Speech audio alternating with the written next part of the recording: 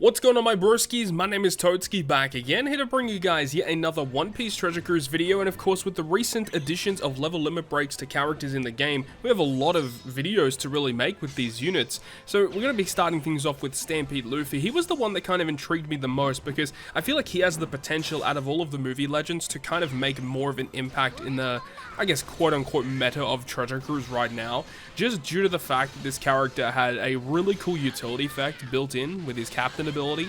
And now what they've done is they've kept that, but they've also just made him stronger, right? So what's there not to like? So I wanted to see how he was going to fare in some more modern content and see how he kind of performs. And of course, a lot of characters have released since his initial release up until now that can work with him, because he is focusing on strength, dex, and psi characters, so it's going to be interesting to see how he kind of performs. The character himself is very self-centered. He provides essentially boosts to himself, so I also wanted to test how that would perform against content where, you know, you don't have type advantage. Is the damage going to stack up? So that's what we're going to be exploring in today's video. So we've got 3 different pieces of arena content to show you guys, and we also have one of the grab challenges to go ahead and use Stampede Luffy with. So let's go ahead and start breaking him down. The captain ability, we're talking about level limit break Luffy, will go ahead and reduce his own cooldown by 3 turns at the start of the quest, and he himself already has a 10-turn cooldown, and if you limit break expand him, I believe it goes down to 9. So at the start of the quest, his special is almost ready to go. Then he also will provide your psi, dex, and strength characters with 4.5 times attack, and then also reduce damage taken by 20%, but then he boosts his own attack by 5.25 times instead. So, as we said, very self-centered, but you can hybrid him up with a lot of really good characters, and even though he only provides 4.5 to the team, and obviously 5.25 to himself is pretty substantial, if you have a really good hybrid scenario, you could go ahead and use, you know, another 5 to 5.25 captain alongside it so that the whole crew gets the benefit out of that. But then he also makes psi, dex, and strength slots beneficial to psi, dex, and strength characters, so lots of beneficial slots. And if you opt to use the whale shark ship, that can allow you to get tandem slots as matching. Luffy himself is a fighter powerhouse, so you can technically build a powerhouse team with the Zunisha ship to make recovery and tandem slots count as beneficial to the crew. So there's lots to like here already. He also has the really cool utility effect of reducing 10 turns of despair and paralysis. And this is the key component as to why I really wanted to try this guy out. In this content you're seeing right now versus the Luffy arena, this is one of those situations where Luffy's not going to have type advantage on stage 5. And also, when you reach stage 5, there's going to be really annoying despair and paralysis, but Luffy can avoid that, which is really good. But, of course, you know, the thing about the despair and paralysis, like, that is insane to have that. You know, 10 turns removal of despair and paralysis is incredibly valuable. You could partner it up with Yamato, for example. Psi Yamato alongside Luffy to remove bind, despair, and paralysis all by 10 turns. Like, how wicked could that be, right? It's just a really cool core of units that you can use alongside this Luffy to, you know, kind of just steamroll content, and especially if that content happens to be int or has an int boss along the way, Luffy will single-handedly deal with that. Now, with the addition of level limit break, they have decided to give him an additional effect in his captain, so there's just so many different abilities here, where it says that if your HP is 30% or below, he then boosts the chain multiplier growth rate by 1.2 times. Now, I don't remember in this video if we ever achieved that, but I actually like that they've done that. They could have easily added that to his special ability, honestly. Realistically, they could have given him a chain boosting effect with the special, but they opted to put that type of ability in the captain. So if you are running like double Luffy, for example, and you're below that 30% threshold, your chain multiplier is going to raise pretty quickly, and that's going to be a huge asset to the team, because Luffy, being as self-centered as what he is, means that you want to try and get that chain multiplier up as high as possible, so that when you finish with Luffy against a single target, he's going to absolutely decimate them. So that's going to be a huge asset to the crew, and you can definitely, you know, make that a really great addition to your damage potential, getting that free chain boost alongside his really powerful special that can destroy a lot of content, as you guys would have seen in the clips thus far.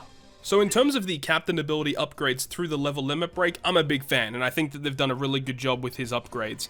But then we talk about his special. Now, one of the problems with this unit, and I think it's going to be a continuing problem moving forward, is how self-centered he is. Because while self-centering specials, they see some play here and there, the problem is that as time progresses and as units get stronger as they release, these specials get weaker and weaker and weaker as time progresses. Where we have like amazing utility specials that get rid of a lot of different debuffs, those will continue to be useful throughout the entire life cycle of the game.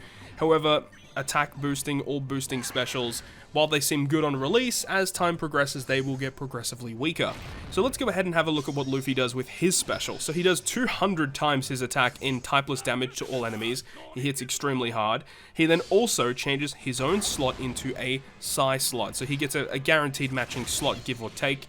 I think that is fine. The fact that it doesn't go through block orbs is a little bizarre, because even if you did get given a block slot for your whole crew, just activating Luffy's special, giving himself a slot, and his damage alone would allow you to carry through a lot of stages. So I am a little bit annoyed that he doesn't go through block slots, because it means you have to bring dedicated block slot removers, which I guess isn't that big of a deal, but it is just something to note.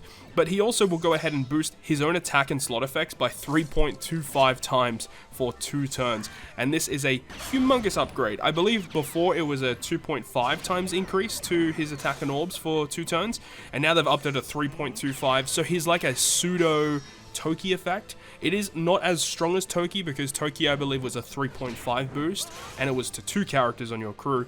Whereas this time it's only for 1 character and it's 3.25. But don't get it twisted, because that is very powerful, especially when you take into account his captain ability that also provides major boosts to himself.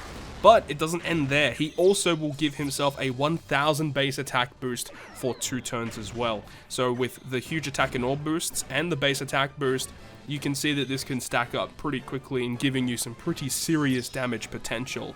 Another thing about this Luffy that you guys would have seen in the previous 2 clips is that we were able to go ahead and use the support Sabo rare recruit character on this guy.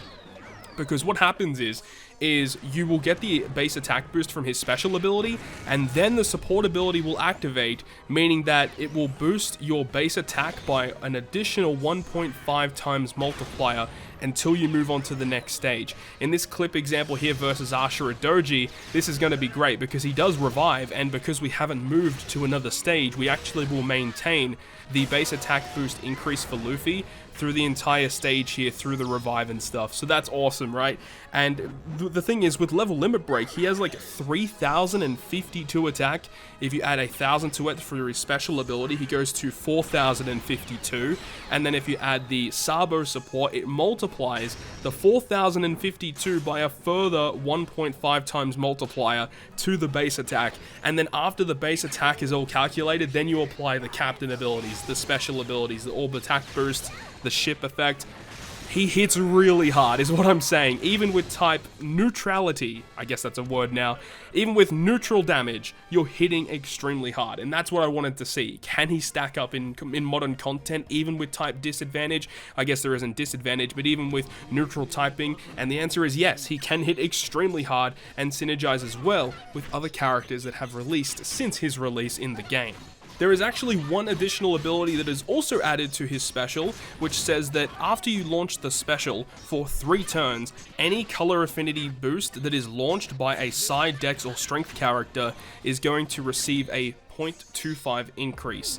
So for example, you can use Luffy's special ability, you'll get the little plus icon like V2 Odin, and then you can use any other color affinity from a side dex or strength unit, and if it's a 2 times color affinity, it'll get buffed up to a 2.25 times color affinity boost. So I think this is an okay ability. I don't think I'm that excited about it, but I think that this could have some cool synergies where, you know, you could just use this guy on a crew just to give you a little bit of damage against the mini boss, and because the additional color affinity boost effect lasts for 3 turns, you could use it on a mini boss, clear that stage, move on to another stage, and then whatever color affinity boost you use after the fact is still going to get buffed in the next stage, so long as they don't remove your beneficial effects. So you could even run just like a mono strength team where Luffy is boosted, and then you can have your Luffy effect where he says, for 3 turns, any strength character that uses a color affinity boost will be buffed. You can just buff the rest of your strength units with that color affinity, and you can get the most out of that too. So I like that you can use him in a couple of different ways. You can use him in almost like a utility sense, but he is still overall providing big damage to your crew. So I like that there are different, gears, I guess, you could go with this character in a couple of different ways. But all in all, I think this character is a fantastic upgrade to the original character that we had, but the only real issue is the fact that he has the little bit of overlap because he is a Luffy character, there's lots of good Luffys in the game, competing for crew spots could be an issue, but he is a Luffy character at the end of the day, like ultimately giving him some of the best supports, if not the best support characters in the game, so there are some benefits to him being a Luffy. So overall, that is going to wrap it up for me. Let me know your thoughts and opinions about Stampede Luffy down below in the comment section. Hope you guys have enjoyed this one, and if you guys did, make sure to go ahead and leave a like. And if you want to stay up to date with all the content that I post, including more One Piece Treasure Cruise content, make sure to hit the subscribe button down below. But on that, guys, I will see you guys within the next video.